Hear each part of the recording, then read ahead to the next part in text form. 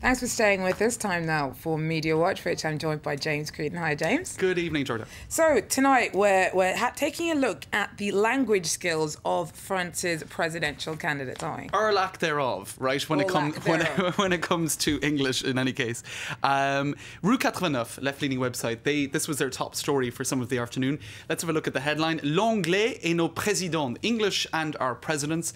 Les grands moments de solitude, or I suppose big moments of failure, really, in terms of their attempts with the language of Shakespeare. Now, they point out that in terms of protocol, French presidents are obviously required to speak French in public, so you don't really hear their level of English at summits or, you know, in front of the media. But behind closed doors, I suppose on the fringes or on the sidelines of summits, it is of course useful to speak English. It is a language that more heads of state use nowadays to communicate amongst one another than any other language, including French. So let's take a look at a video that has circulated quite a bit over the last few years of Nicolas Sarkozy. This is in the 1990s, so he has improved since then, I hasten to add. Well, I'm pretty sure he has in any case, but let's just say he wasn't too hot sometime in the mid-90s at this particular meeting. Let's take a listen.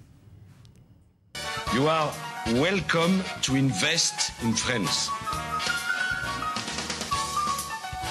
We will be happy to help you make money in France, and of course to make some money with you, for us. Ah, je suis pas sûr qu'ils aient tout compris.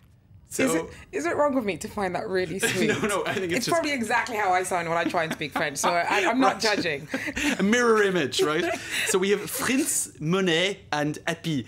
Let's just say, you know, he'd be getting somewhere around the 4 to 5 out of 10 mark in a language class. But as I say, that was the mid-90s. He's had language classes since 1995. Carla Bruni, his ex-wife Cecilia, they were both very good at English and used to interpret for him at various different functions. So, you know, let's just say, as Rue 89 says, his English has been deemed by certain journalists to be disastrous. That's the word they use. But in any case, he might be reassured by the fact that not all of the others are great themselves. Let's take a listen to François Bayrou. He's the centrist candidate. This was a few days ago on CNN.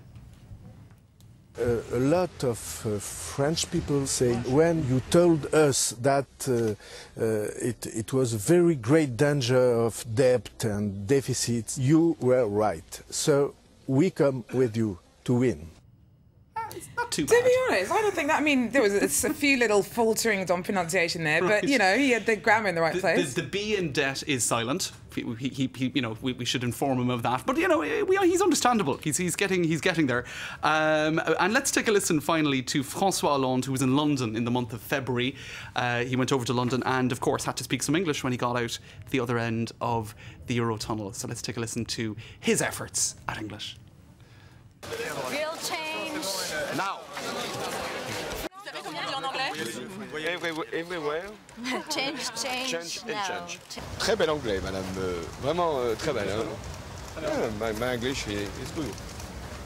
So you might have heard at the end there, but he was congratulating himself. He said, I speak very good English.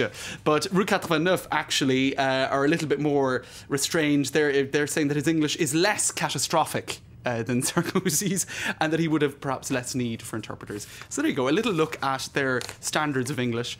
I suppose, you know, it's a language that needs to be mastered now for diplomatic circles, so we'll I suppose see. But the thing is, it's not really going to affect any of their electoral chances anyway. Maybe in the election year, when, you know, all the pressure's on, now's the time they're going to be doing some last-minute brushing up on their language skills. Absolutely. Parlez-vous anglais? Well, brilliant. Thanks very much, James Creedon, there with that Media Watch roundup. Well, do stay with us. Coming up very shortly, we've got more news and headlines from around the world.